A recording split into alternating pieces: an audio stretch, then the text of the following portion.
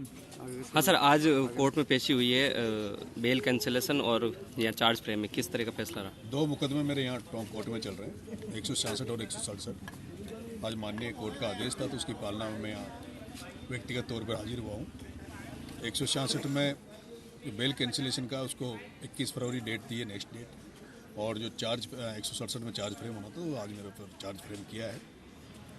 अब मुकदमा चल रहा है। मुकदमा जो बेल कैंसिलेशन का जो मामला है, मैंने बीच में भी अपील की थी गवर्नमेंट से, अभी मूवमेंट के दौरान भी बात की थी। उम्मीद है कि सरकार ने जो माननीय मुख्यमंत्री जी ने मेरे फादर से जब समझौता किया था जब मैं जेल में था, उसमें ये भी बात थी कि मुकदमे वापस लेंगे, जितने भी जो मुकदमे चल रहे हैं कांग्रेस गवर्नमेंट के टाइम पे। उम्मीद करते हैं कि सरकार इस मुकदमा को भी वापस लेगी और मेरे बेल कैंसिलेशन का जो लेटर लगा रखा है उसे भी वापस सरकार लेगी। देखिए 30 तारीख को कोटड़ी मोड़ पर आपने आंदोलन किया, यही कुछ मांगे थी, फिर रात को आपकी या प्रशासन से बात होने के बाद में सहमति बनी। कौन से मुद्दे थे जिस पर आपने अपना जो मूव किया था? देखो 12 सूत्रीय मांगे थी, जिसमें ज़्यादातर स्थानीय मांगे थी, उनको जिला प्रशासन ने पूरा किया है और पूरा कर रही है।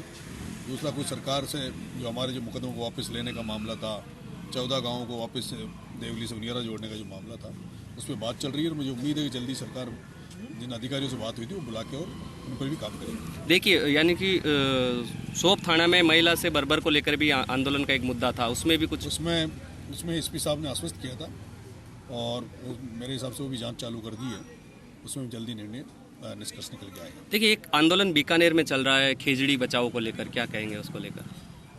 अभी सोलर के नाम पर जिस तरह से पूरे देश में जो संपदा है, देश की संपदा, उनको बेचा जा रहा है, नीचे हाथों में दिया जा रहा है। और उसका उदाहरण एक राजस्थान में भी चल रहा है कि सोलर के नाम पर लाखों हेक्टेयर ज़मीनों को बिना पैसे के अडानी को दिया जा रहा है। और खेजड़ी का जो आंदोलन है, बड़ा आंदोलन है, वहाँ पूरी जनता उसके लिए लगी हुई है। हमारे यहाँ टोंक में भी इसी तरह का एक मामला है बजरी का, और जल्दी आपके सामने भी हम उसमें भी आंदोलन करेंगे और सड़कों पर उतरेंगे। हाड़ौती को लेकर हमेशा आपके आरोप रहते हैं, हाड़ौती के नेताओं को लेकर, और चप्पल भी आपने नहीं पहन रखी क्योंकि आपने कहा कि जब तक उनको लोकसभा विधानसभा जाने में नहीं रोक पाऊँ तब तक चप्पल नहीं। हाड़ौती में 3-4 लोगों को जो पूंजीपति है, गन्ना सेठ है, उन्होंने पूरी राजनीति पे कब्जा कर रखा है। वहाँ अगर 5 रुपये का भी कहीं इनकम सोर्स है तो उस पर उनका कब्जा है, पूरी पॉलिटिक्स पे कब्जा है। और जो लोग राजनीति को जो पैसा कमाने का धंधा जिन लोगों ने बनाया हुआ है, जो आम जन का खून चूसते हैं, जो किसानों के हितों पे कुठाराघात करते हैं, उन सभी लोगों के मैं खिलाफ लड़ाई लड़ रहा हूँ। और मुझे लगता है कि आने वाले समय में हाड़ौती की जनता जागेगी और उन धन्ना सेठों को राजनीति से दूर करेगी। टोंक में भी एक और आंदोलन करने की बात कर रहे हैं बजरी को लेकर, किस तरह से रहेगा वो? मैंने बार बार आवाज़ उठाई है कि राजस्थान का सबसे बड़ा महाघोटाला टोंक में हो रहा है, बनास में। अभी कुछ लीजें हुई थी, अगर वो लीजें रहती तो शायद यहाँ सस्ती बजरी मिलती, लेकिन केवल एक ही व्यक्ति का पूरी बजरी पे कब्जा है।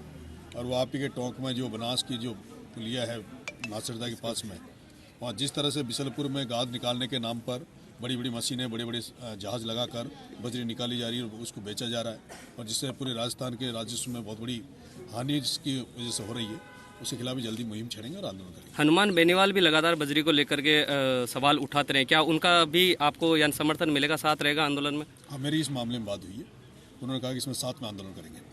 विधानसभा चल रही है अभी, वो जो आप झालावाड़ में जो मामला हुआ था उसको लेकर भी बातचीत हुई, क्या कुछ कहेंगे उसको लेकर?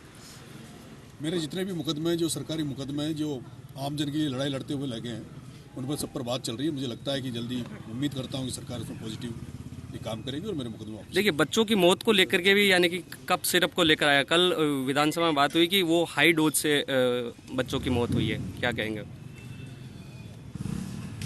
इन सब चीज़ों में कहीं न कहीं भ्रष्टाचार है, कहीं न कहीं पैसा कमाने के लिए जो जानें ली जा रही है, पर्यावरण के साथ खिलवाड़ किया जा रहा है। बीच में भी अरावली का मामला आया, वो तो पूरे हिंदुस्तान की जनता सड़क पे खड़ी हो गई, विरोध किया, इसलिए अरावली का मामला वापस हो गया। ये जो आपका बजरी का गाद का मामला है, अभी ये खेजड़ी का मामला है, पर्यावरण से जुड़ा हुआ मामला है। ऐसे मामलों में सरकारों को संवेदनशील होना चाहिए और जनता की भावनाओं के अनुरूप ऐसे मामलों में तो कम से कम, क्योंकि आज जो नशा है चारों तरफ, आज भी कल सीएम साहब ने मीटिंग ली नशा को लेकर, इन मामलों में सरकार को सचेत होना चाहिए और काम करना चाहिए। धन्यवाद। जी, खेजड़ी आंदोलन को वसुंधरा राजे जी ने भी समर्थन दिया है, उन्होंने कहा ये पवित्र वृक्ष है, हमारे राजस्थान की जान है। खेजड़ी के लिए जान, खेजड़ी को एक वृक्ष नहीं, खेजड़ी को एक वृक्ष की पूजा करते हैं लोग और खेंजड़ी की रक्षा के लिए लोगों ने जाने गंवाई है।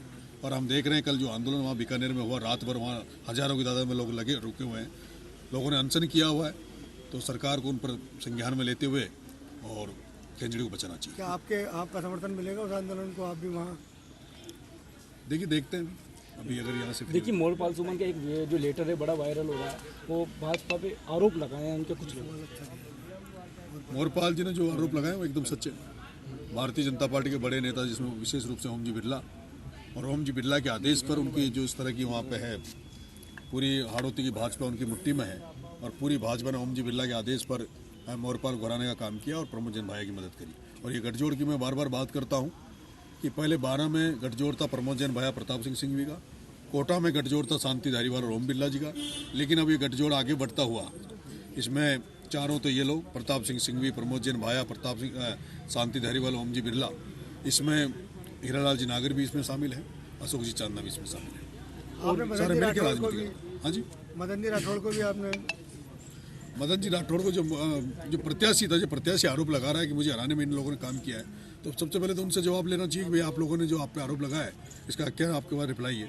लेकिन ना कि उनसे जवाब तलब किया, उन्होंने खुद को मोरपाल जी को कटर उसमें खड़ा किया। जबकि मोरपाल जी ने तो जो लेटर लिखा होगा, मुझे नहीं लगता मोरपाल जी ने वायरल किया है, वो किसने खुरापाती की है। हो सकता है मदन लाल जी राठौड़ के चेंबर से वो लेटर वायरल हुआ हो। ठीक है, थैंक यू।